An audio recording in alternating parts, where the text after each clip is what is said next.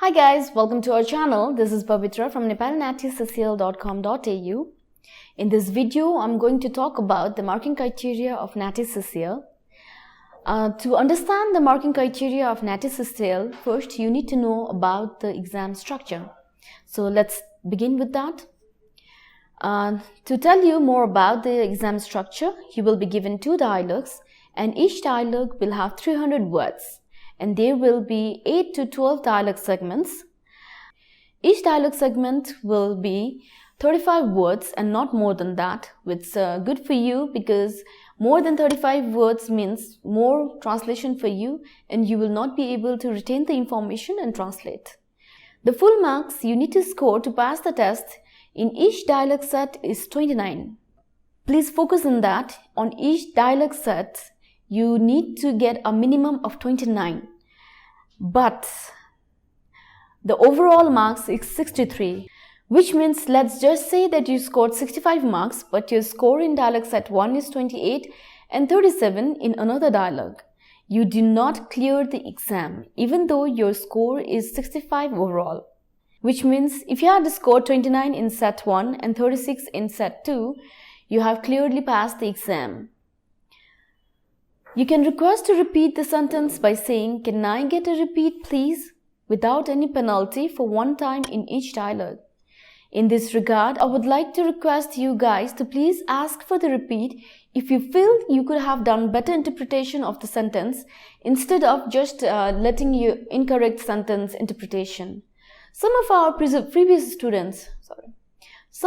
previous students shared their experience regarding this, saying they thought they would use the option letter in the dialogue, but they forgot to use and never used it, which spoiled their complete translation and they couldn't pass the exam. Please pay attention on this aspect too.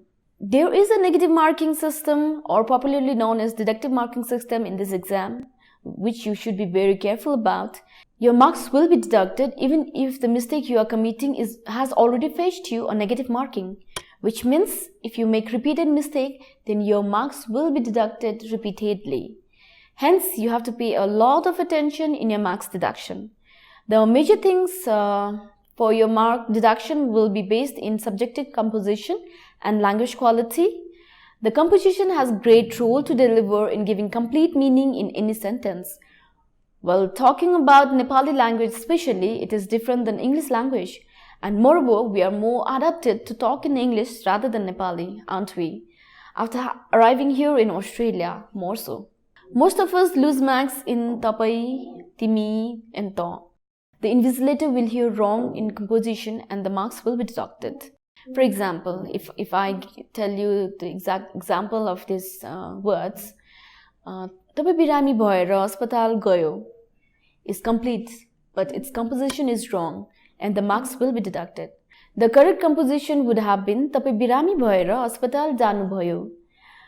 You have to pay attention to the accuracy in the language and the meaning if you want to save your marks and avoid negative marking.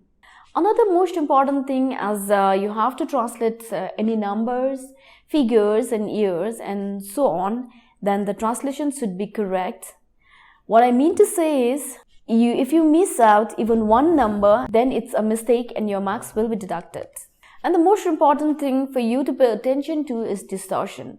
If the meaning is distorted in your translation, your marks will be deducted. It will not fetch you anything, I tell you. For that, it's very important to paraphrase your sentences to give the correct meaning and the sound to the sentence.